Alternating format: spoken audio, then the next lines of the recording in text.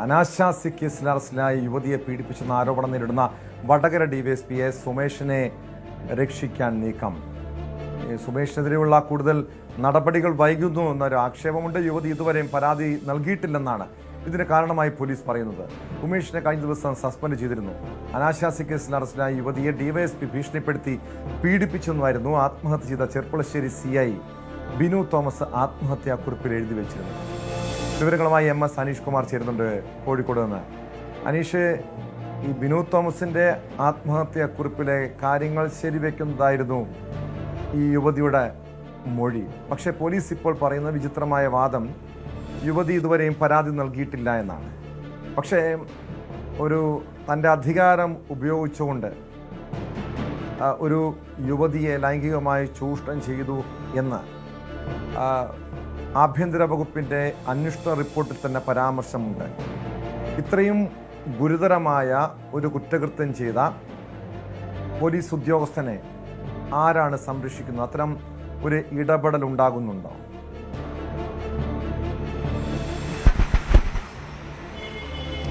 Tom, അങ്ങേയറ്റം അപകടകരമായ അല്ലെങ്കിൽ ഗൗരവതരമായ ഒരു കുറ്റകൃത്യമാണ് ഇവിടെ ആരോപിക്കപ്പെട്ടിരിക്കുന്നത്. നമുക്കറിയാം, പലപ്പോഴും ഇത്തരത്തിൽ പലതരം കേസുകളുമായി ബന്ധപ്പെട്ട് യുവതികൾ, വനിതകൾ, സ്ത്രീകൾ ഇവരൊക്കെ ഈ പോലീസിനെ സമീപിക്കുന്ന സാഹചര്യമുണ്ടാകും. ചിലപ്പോൾ വാദിയായി സമീപിക്കേണ്ട സാഹചര്യം വരും, ചിലപ്പോൾ പ്രതികളായൊക്കെ പോലീസിൻ്റെ അടുത്തേക്ക് എത്തേണ്ട സാഹചര്യം വരും.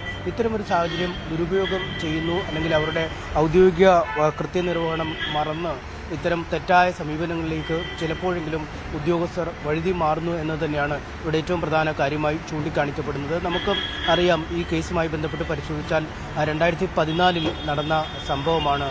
വടക്കഞ്ചേരിയിൽ നടന്ന ഒരു സംഭവത്തിൻ്റെ ഒരു തുടർച്ചയാണ് ഇപ്പോഴത്തെ ഈ കാര്യങ്ങളെ നമുക്ക് വിലയിരുത്തേണ്ടത്. അന്ന് അനാശാസ്യ കുറ്റവുമായി ബന്ധപ്പെട്ടാണ് ഒരു യുവതിയെയും ചില ആളുകളെയും പോലീസ് പിടികൂടുന്നത്.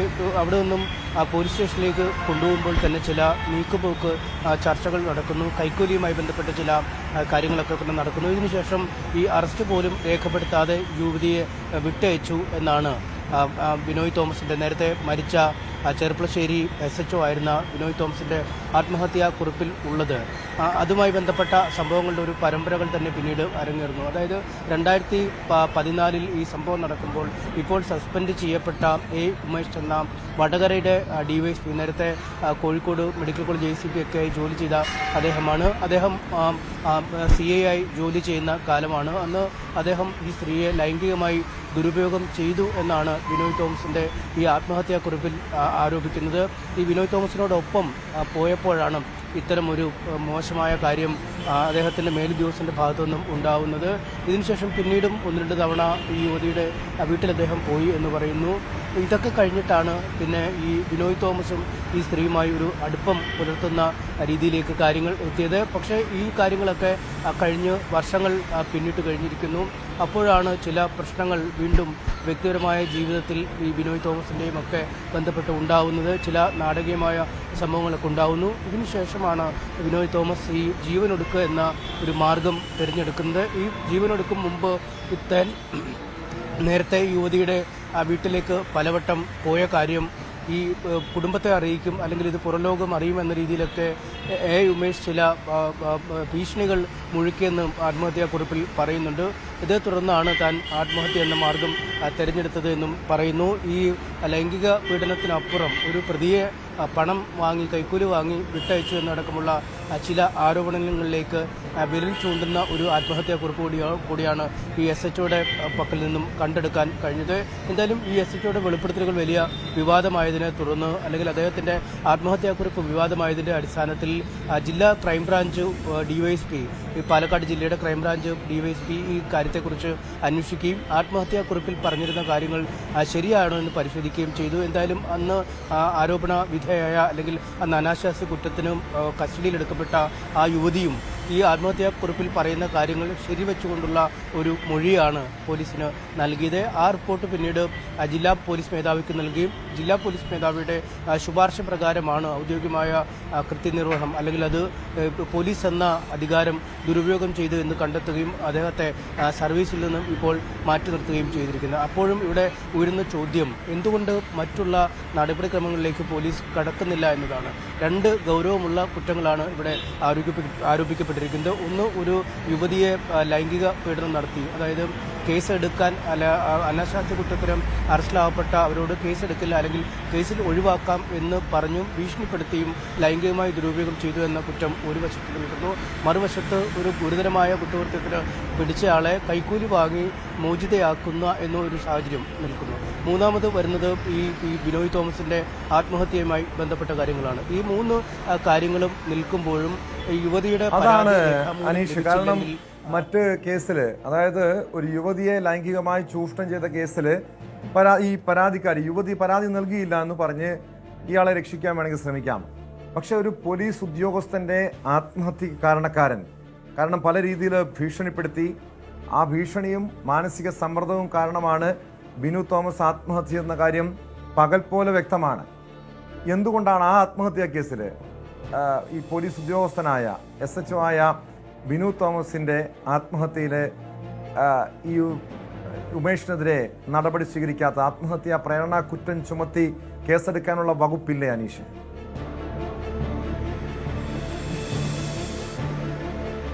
തീർച്ചയായും അതുതന്നെയാണ് നമുക്ക് ഈ നിയമവൃത്തങ്ങളുമായി ബന്ധപ്പെട്ടൊക്കെ ലഭിക്കുന്ന, അല്ലെങ്കിൽ മറ്റു പോലീസ് ഉദ്യോഗസ്ഥരുമായി ബന്ധപ്പെടുമ്പോഴൊക്കെ ലഭിക്കുന്നത്. ചുരുങ്ങിയത് 3 തരത്തിലുള്ള കുറ്റകൃത്യങ്ങളാണ് ഇതിൽ ആരോപിക്കപ്പെട്ടിരിക്കുന്നത്. ഒന്ന്, ഈ SHOയുടെ ആത്മഹത്യയുമായി ബന്ധപ്പെട്ടാണ് ആ പ്രേരണാ കുറ്റം, അല്ലെങ്കിൽ പുറത്തുനിന്നുള്ള ഭീഷണിയുടെ അല്ലെങ്കിൽ സമ്മർദ്ദത്തിന് വഴങ്ങിയാണ് അദ്ദേഹം ആത്മഹത്യ ചെയ്തത് എന്നാണ് ഒരു വശത്ത് നിൽക്കുന്നത്. അതായത് ആ ആത്മഹത്യക്കുള്ള പ്രേരണ നൽകിയത് ആരാണോ അവർ ഇതിൽ കുറ്റക്കാരാവും എന്നതാണ്. മറ്റൊന്ന്, ലൈംഗിക പീഡനം എന്ന ആരോപണം ഒരു ആത്മഹത്യാ കുറിപ്പിൽ, അതായത് ഒരു മരണമൊഴിയിലാണ് രേഖപ്പെടുത്തിയിരിക്കുന്നത്. അദ്ദേഹം മരിക്കുന്നതിന് തൊട്ട് മുമ്പ് എഴുതി വെച്ച കുറിപ്പാണ്. അതിൽ പറഞ്ഞ കാര്യങ്ങൾ ശരിയോ തെറ്റോ എന്ന് പരിശോധിക്കുന്നു. പക്ഷേ അതിൻ്റെ പ്രാഥമിക പരിശോധന നടത്തുമ്പോൾ ഈ ഒരു വശത്ത് നിൽക്കുന്ന അല്ലെങ്കിൽ ഇരയെന്ന് ആരോപിക്കപ്പെടുന്ന സ്ത്രീ കാര്യങ്ങൾ സ്ഥിരീകരിക്കുന്ന സാഹചര്യമുണ്ട്. അങ്ങനെയെങ്കിൽ ഈ ലൈംഗിക ദുരുപയോഗം എന്ന കുറ്റവും ഒരുപക്ഷെ അതിനും കേസെടുക്കാൻ പര്യാപ്തമായ കാര്യങ്ങളുണ്ട്. മറ്റൊന്ന്, നിലവിൽ തന്നെ വിജിലൻസിനടക്കം ചില പരാതികൾ ലഭിച്ചിട്ടുണ്ട്. ഈ അനധികൃതമായി സ്വത്ത് സമ്പാദനം നടത്തി അല്ലെങ്കിൽ കൈക്കൂലി വാങ്ങി കേസ് ഒതുക്കാൻ ശ്രമിച്ചെന്നടക്കമുള്ള ചില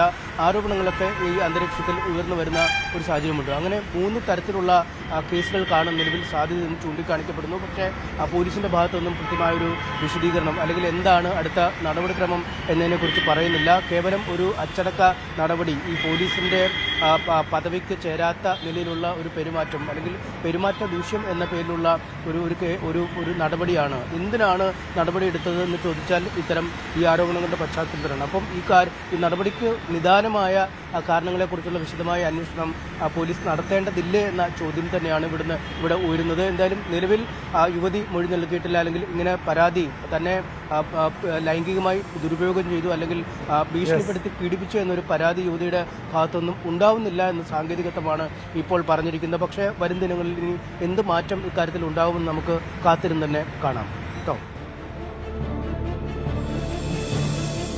വ്യക്തമാണ്. MS അനീഷ് കുമാറാണ് വിവരങ്ങൾ നൽകിയത്. ഒരു സാധാരണക്കാരനാണ് ഈ രീതിയിലുള്ളൊരു കേസിൽ പെടുന്നതെങ്കിൽ പോലീസ് അതിവേഗത്തിൽ നടപടി സ്വീകരിക്കും. നമുക്കറിയാം, ഈ രാഹുൽ മാങ്കൂട്ടത്തിൻ്റെ കേസ് പോലീസ് വലവിരിച്ചിട്ടുണ്ട്, സംസ്ഥാനത്തെമ്പാടും വലവിരിച്ചിട്ടുണ്ട്, സംസ്ഥാനത്ത് പുറത്തേക്കും ഇയാൾക്ക് വേണ്ടി അന്വേഷണം നടത്തുന്നുണ്ട്. പക്ഷേ ഇവിടെ സമാനമായ രീതിയിൽ തന്നെ ഗൗരവമുള്ളൊരു വിഷയമാണ്. ഒരു യുവതിയെ, അതും മക്കളും അമ്മയും വീട്ടിലുണ്ടായിരുന്ന സമയത്താണ് ആ വീട്ടിൽ അതിക്രമിച്ച് കയറി അതിക്രൂരമായി ലൈംഗിക ചൂഷണത്തിന് ഈ പോലീസ് ഉദ്യോഗസ്ഥൻ ഇരയാക്കിയെന്ന പരാതി ഉയർന്നു വന്നിരിക്കുന്നത്, ആരോപണം ഉയർന്നു വന്നിരിക്കുന്നത്.